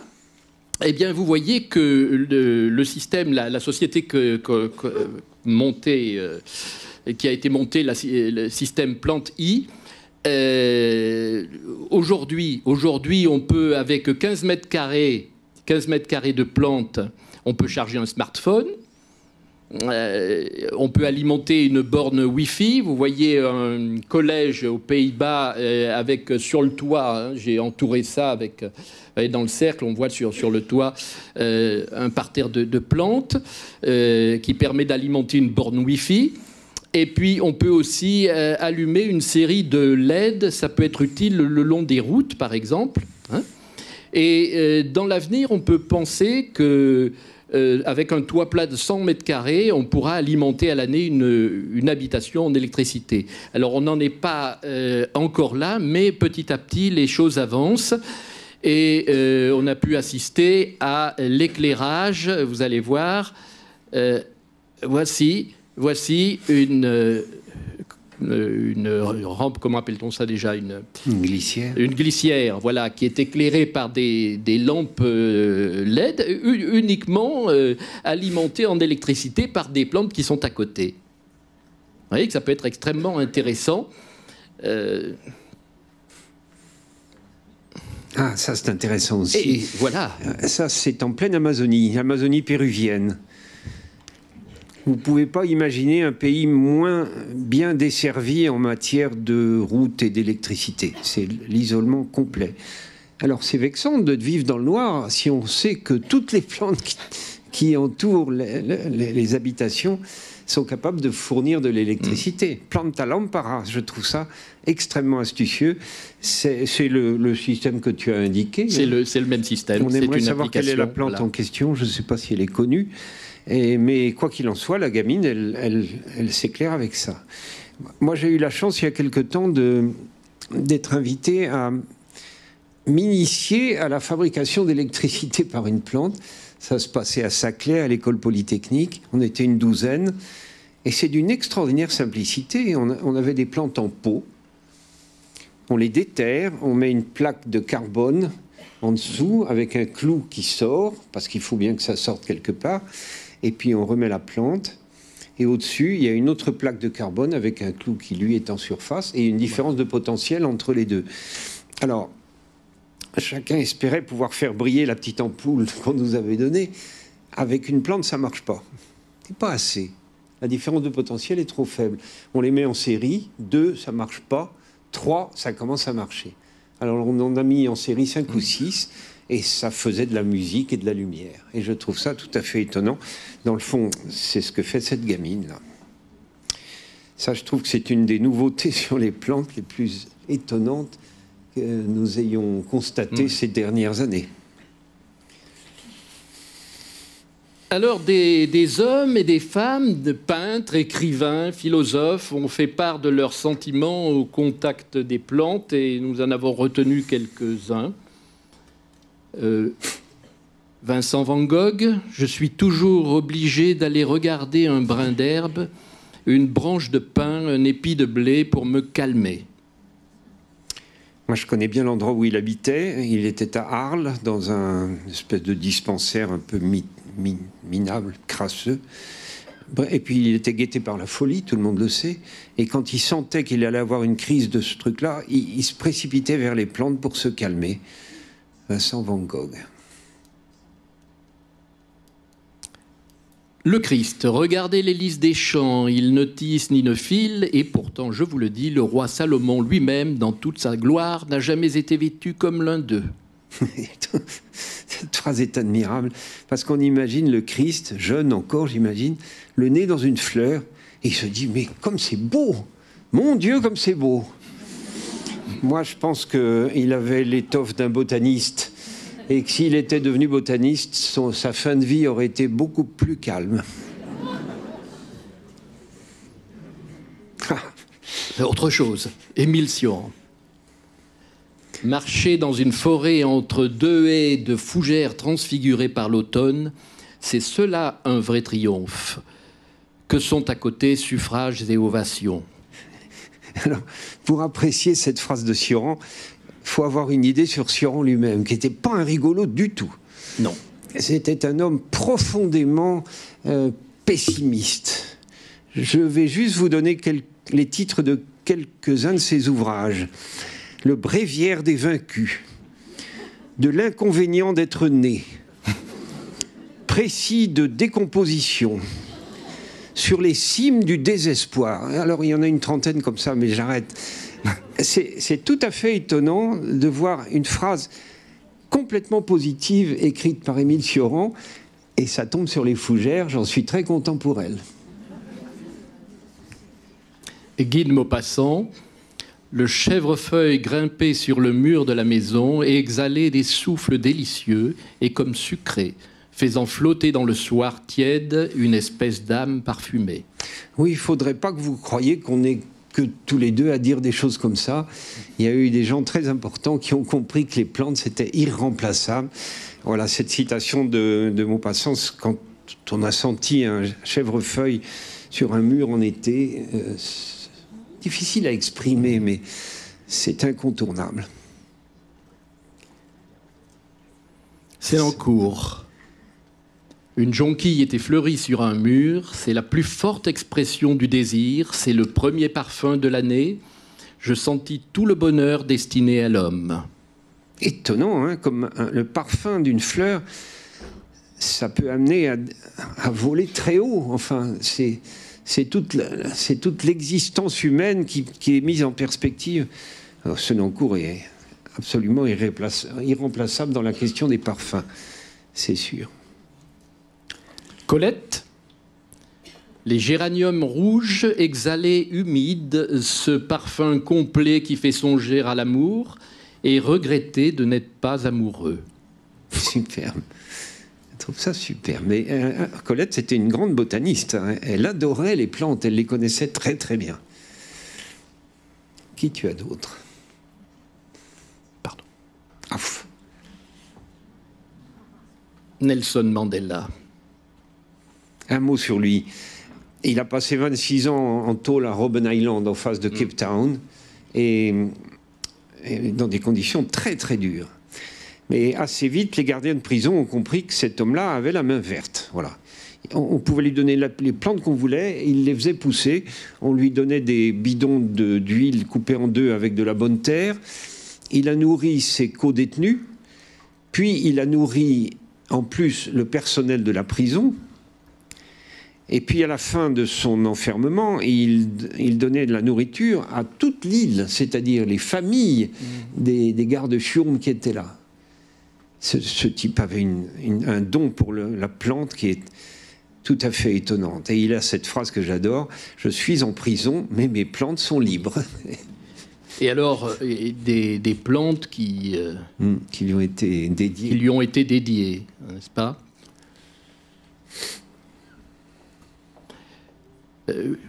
Voilà, en 1er janvier 2016, je me trouvais à Hiroshima et j'ai rencontré là le petit-fils d'un Hibakusha, c'est-à-dire d'un survivant de l'apocalypse, de la bombe. Et il me rapportait donc une parole de son grand-père. Il me disait... son grand-père lui disait c'était l'apocalypse, nous désespérions, mais lorsque nous avons vu les premières pousses vertes surgir des cendres, l'espoir est revenu. Nous avons compris que tout était à nouveau possible. Vous voyez ? Et on a aujourd'hui des arbres survivants. Vous voyez le camphrier que vous avez sur la photo. Ce camphrier est un survivant de la bombe. Il se trouvait à 490 mètres de l'hypocentre. Alors bien entendu, il a été brûlé comme le sont les arbres que vous voyez sur la gauche, mais il restait suffisamment, comment peut-on dire, d'énergie végétale ou il y avait la potentialité d'une repousse dans les organes souterrains. Oui, c'est ça. Ces racines ont été protégées de la radioactivité. Ce qui est quand même extrêmement étonnant. Ouais. Là, il faut dire aussi que le végétal a une capacité de résilience, une résilience, une capacité à encaisser notamment les radiations, hein, puisqu'il peut muter, lui. Ouais. Tout à fait curieux. Ouais. Voltaire. Je ne fais plus que planter des arbres. Je sais que je suis trop vieux pour jamais profiter de leur ombre, mais je ne vois pas de meilleur moyen de prendre soin de l'avenir. Ça, c'est Voltaire. Ouais. À Ferney, déjà vieux, retiré à Ferney. Lui aussi a tout compris. Eh bien, nous avons exploré quelques propriétés donc, des plantes, certaines parfois un peu surprenantes et subtiles, qui supposent quand même une organisation, une complexité qu'on ne soupçonnait pas il y a 20 ou 30 ans. À une époque où les plantes avaient finalement le statut d'automates rudimentaires. Alors, les voici, les plantes maintenant mises sur un pied d'égalité avec les animaux en matière de complexité. À tel point qu'un certain nombre de scientifiques se posent maintenant sérieusement la question, les plantes sont-elles intelligentes? On parle aujourd'hui d'intelligence des plantes. Alors, Francis, pour terminer, quel est ton point de vue là-dessus? En tout cas, c'est un prolongement récent et tout à fait passionnant de la science des plantes. Je vais vous montrer une petite expérience. Pour ça, il me faut un minimum de matériel, mais ça ne va pas être compliqué. Voilà, supposez que je sois la plante. Pas très loin d'être vrai, hein. Je crois. Et la plante en question est une passiflore, c'est-à-dire une liane qui grimpe avec des vrilles. Les vrilles, je ne sais pas si vous voyez, une vigne, une brionne. Il y a des lianes qui ne grimpent pas du tout avec des vrilles, mais en s'enroulant autour du support. Bon, celle-là, elle a des vrilles. J'envoie une vrille vers le support, puisque j'en ai besoin pour monter. Et juste avant que ma vrille touche le support, l'expérimentateur, il décale le support de 5 cm vers la droite. C'est foutu pour cette vrille-là. J'en envoie une autre. Et juste avant que ça touche, il le décale à nouveau de 5 cm vers la droite. Et ce type, il le fait 5 ou 6 fois. Comment il s'appelle? Chamovitz, si je ne me trompe pas, de Tel Aviv. Enfin, il y a plusieurs auteurs qui parlent de ces choses-là. Quoi qu'il en soit, vous faites ça 5 ou 6 fois, et vous avez la surprise que le coup d'après, la vrille, elle vise 5 cm à droite. C'est-à-dire que la plante, elle a percé à jour le jeu que... D'abord, je me dis qu'il vaut mieux qu'elle ne parle pas, parce que sinon... Mais elle a compris. Ouais. Et elle est capable donc d'anticipation. Je trouve ça très étonnant. On a des exemples de mémoire aussi. Je reviens sur la sensitive, dont il est passé une photo tout à l'heure. Vous avez une sensitive, ça s'achète dans les supermarchés, il n'y a aucun problème. Vous l'élevez chez vous. Bonne lumière, bon arrosage, pas de problème. Mais évidemment, la plante n'a jamais reçu la pluie. Vous la sortez. Elle reçoit sa première pluie. Et tous ces petits chocs sur les feuilles, elle se plie. Elle ne connaît pas, donc c'est normal, elle se plie. Mais comme elle n'est pas sotte du tout, au bout de 4-5 pluies, elle a compris que ce n'était pas la peine de prendre peur. La pluie est plutôt quelque chose de positif. Donc elle a compris ça. Ok, vous la rentrez chez vous. Et vous l'élevez maintenant 5 ou 6 ans chez vous, sans pluie. Et bien le jour où vous la ressortirez, elle ne se pliera plus. Oh, pourtant, ce n'est pas les mêmes feuilles. Hein. Si on laisse passer plusieurs années, il est clair que les feuilles ont changé. Cette plante a gardé une mémoire. Bon, alors, des exemples comme ça, je pourrais vous en citer des quantités. Je ne vais pas le faire, mais je voudrais que vous sachiez qu'un Écossais comme Trewavas, un Israélien comme Chamovitz, un Canadien comme Jérémy Narby ou un Italien comme Stefano Mancuso, ils sont partisans de considérer les plantes comme des êtres intelligents. Moi, j'ai mis un certain temps à m'en convaincre et je voudrais vous expliquer pourquoi. Je prends un dictionnaire et je recherche le sens du mot intelligence. Eh bien, je lis là-dedans qu'il faut un cerveau et un langage. Je me dis, c'est foutu pour les plantes, c'est bien pour nous, mais les plantes, elles n'auront jamais cette possibilité-là. Et c'est Jérémy Narby, mon collègue canadien, qui m'a dit, attention, qui est-ce qui a rédigé cette définition du dictionnaire? C'est un être humain. Et donc il est jugé parti. C'est très très dangereux. Il m'a dit, ce qu'il faut faire, c'est écrire une nouvelle définition de l'intelligence qui soit valable pour tous les êtres vivants intelligents, et il y en a beaucoup. sans exclure l'homme, bien sûr, parce que après tout, il a sa place dans ce groupe-là. Alors, je ne vais pas vous redonner la définition complète, mais il s'agit de savoir résoudre les problèmes qui se posent durant la vie. Et ça a deux principes de base. Il faut savoir apprendre et savoir garder en mémoire ce qui a été appris pour pouvoir le réutiliser dans l'avenir. Un point très important, c'est que dans les conditions trop faciles de la domesticité, il n'y a pas d'intelligence. Voilà, un animal qui reçoit son alimentation tous les jours à la même heure, il ne faut pas attendre beaucoup d'intelligence. Une plante en pot qu'on vient arroser tous les matins, pas beaucoup d'intelligence. L'intelligence, elle apparaît dans les conditions très difficiles qui sont celles du milieu naturel. Alors, avec cette définition-là, excusez-moi, c'est de mémoire, on pourrait la raffiner un peu, avec cette définition-là, les plantes sont intelligentes et je crois que c'est bien leur place. Voilà, eh bien écoutez, merci de votre attention. C'est mon couteau, ça.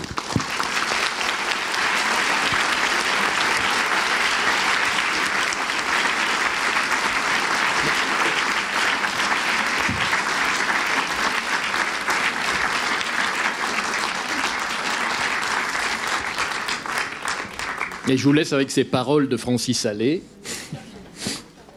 Il est possible de poser des questions. Alors, comme vous êtes très nombreux, on va vous demander de poser une question, d'être assez concis pour que les micros qui circulent de part et d'autre de la salle circulent très facilement.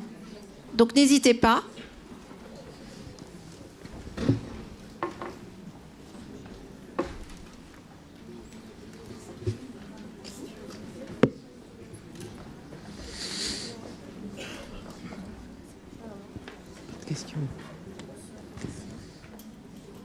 Bonsoir Francis, je suis là. Et Christian Dumas à l'appareil. Je ne te vois pas. Je me lève. Ok, d'accord.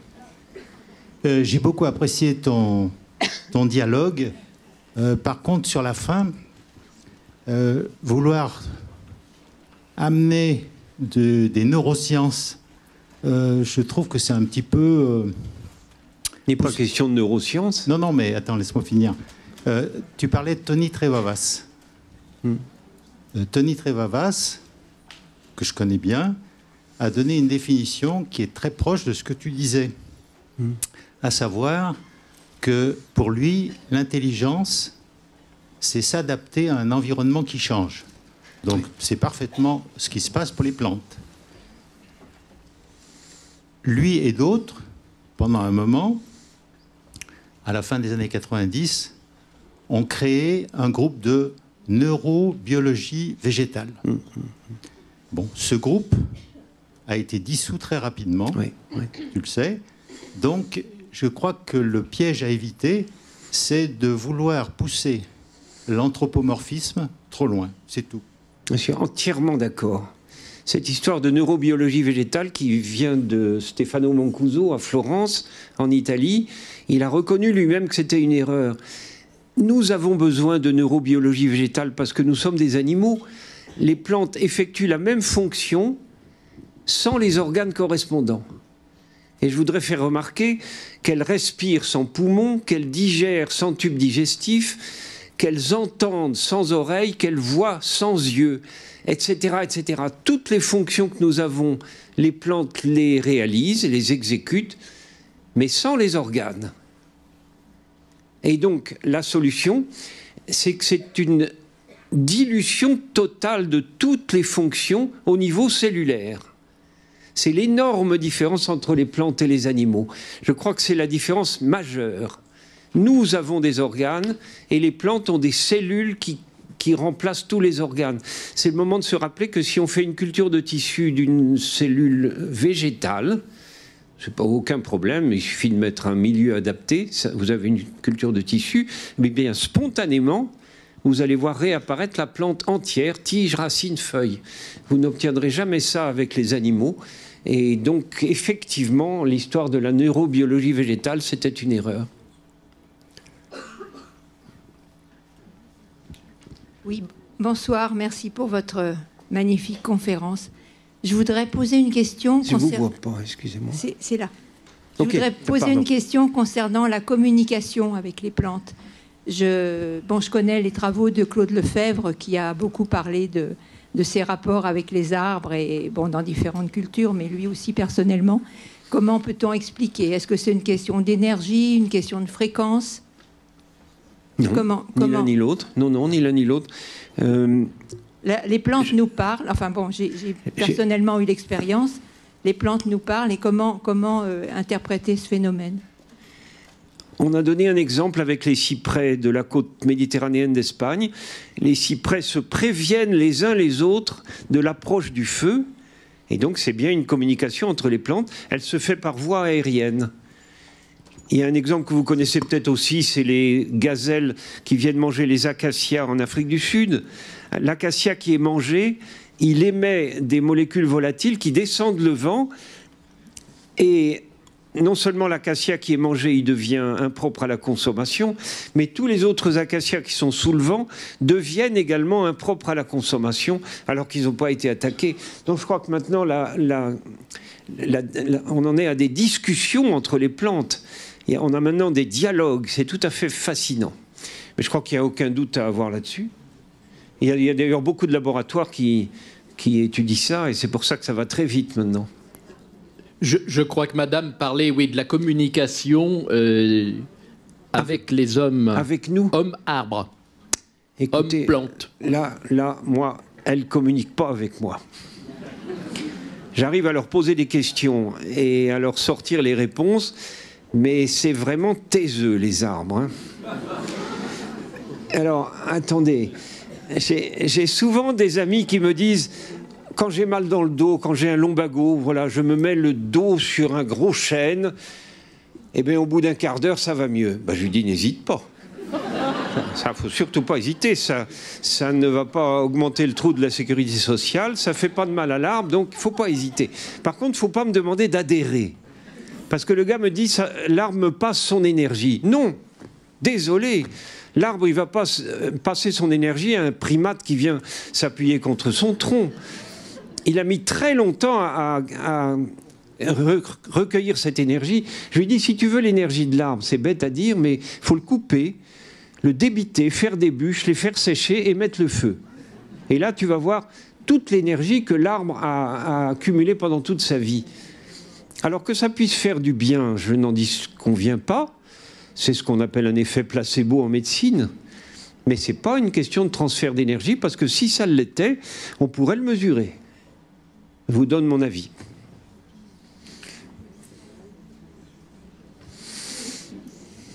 Bonsoir. Du coup, déjà, merci beaucoup pour cette conférence. Ça fait toujours du bien. Où êtes-vous Ah, là. Ok. Moi, c'est vraiment une question pratique. J'ai pas mal de plantes dans mon appartement et il y a plein de personnes qui viennent qui me disent c'est pas bon d'avoir autant de plantes. Pourquoi? Je sais pas. Apparemment, par rapport à des émissions ou de la consommation de certains gaz.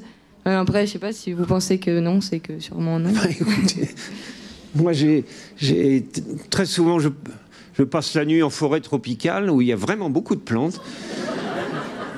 Je suis plutôt embêté par un ou deux animaux du genre moustique. Mais les plantes, qu'est-ce qu'elles peuvent vous faire de mal dans la... Non, vous pouvez y aller, il n'y a aucun souci. Bonsoir. Moi, j'ai une question. Donc, on a abordé ce soir l'utilité des plantes auprès de l'homme. On les connaissait déjà pour la plupart, mais merci pour l'éclairage. Est-ce que vous pensez qu'on peut inverser la proposition et considérer que l'homme a aussi une utilité dans cet environnement de plantes? La plante, une utilité de l'homme vis-à-vis de la plante. Quelle place on peut trouver justement dans ça? Je suis désolé, mais je vais être très très sévère. Ça va peut-être vous paraître un peu provocateur, mais pour moi, le seul ennemi de l'arbre, c'est l'être humain. Alors quand je dis ça à des forestiers, ils me disent « Mais non, tu exagères, il y a les forêts qui sont tombées en 1999 parce qu'il y avait une tempête énorme, etc. » Non. les arbres qui sont tombés lors de cette énorme tempête dont vous avez sûrement gardé la mémoire, c'est des arbres qui ont été mal plantés, qui étaient mal choisis, dont les fibres étaient trop courtes ou dont l'enracinement n'était pas bon. C'est donc notre responsabilité. Alors, les forestiers me disent, oui, mais il y a aussi les parasites qui viennent tuer tous les platanes du Midi, du canal du Midi, ou tous les ormes, etc. Eh bien, ces épidémies-là, c'est à l'avantage de l'espèce, parce qu'il va rester des individus résistants. Et avec le temps, et c'est quelques siècles tout de même, les individus résistants, ils vont fabriquer une population résistante. Donc l'espèce y gagne. Qu'est-ce qu'il fait l'être humain, lui? Il rentre dans une forêt tropicale et il prend sélectivement les arbres les plus grands, les plus droits, les plus beaux. Parce qu'avec cela, vous faites le maximum de fric dans le minimum de temps. Donc ça, c'est négatif.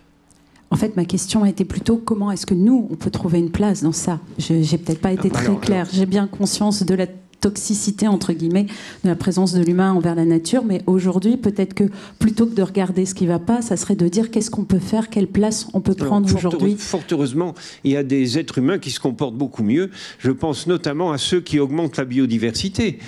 Si vous faites de l'arboriculture fruitière, eh bien régulièrement, vous arrivez à sortir par simple examen des arbres que vous possédez déjà, vous arrivez à créer de nouvelles variétés. Ça, c'est de l'augmentation de la biodiversité, c'est totalement utile. Bonjour, merci pour cette belle conférence. J'avais juste un petit point, déjà pour rappeler que il y a des films qui mettent les arbres en avant, notamment Le Seigneur des Anneaux et puis Avatar. Donc je voulais dire que quand même, je pense que tout le monde est touché par les arbres, enfin, en tout cas je l'espère. Par contre, il y a un tout petit point dans votre conférence qui m'a un peu déplu, c'est par rapport au jardin à la française qu'on a vu en photo, où vous sembliez dire que c'était bien d'avoir des jardins, tout ça, mais pour moi, ça me blesse beaucoup de voir justement des arbres coupés au carré, au cordeau, avec des grandes lignes droites, tout ça.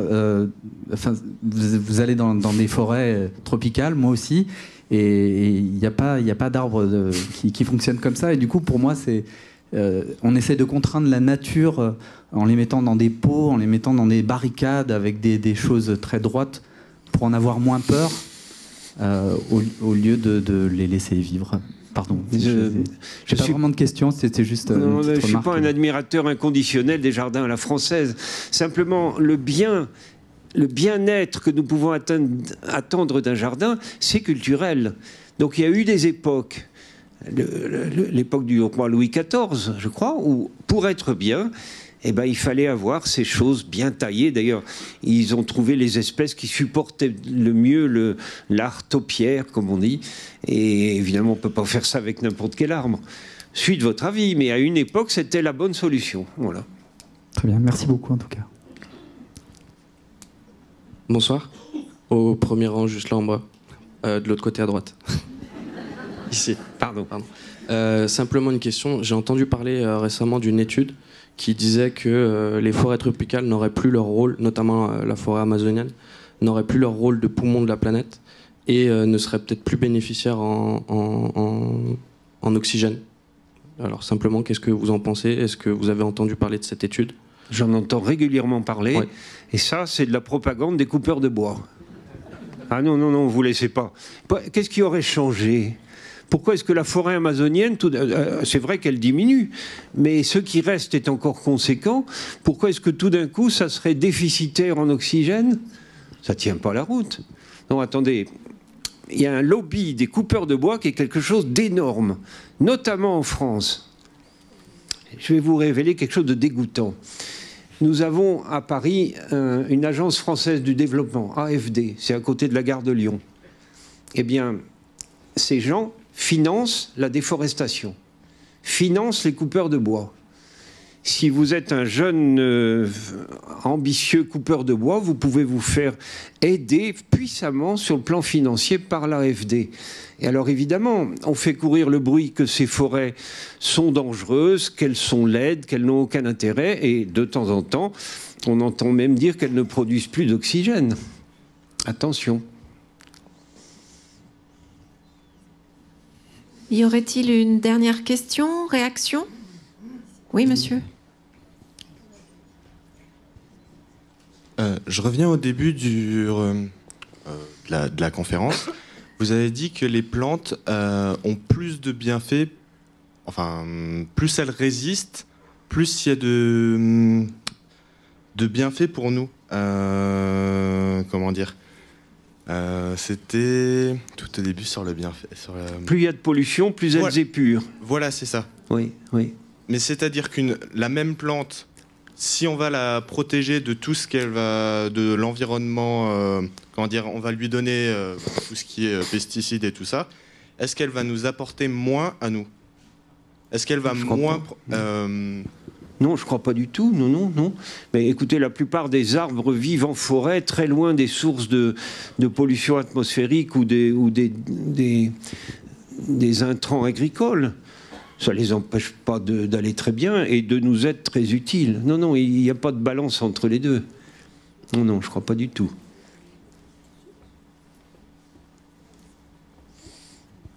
Bonjour.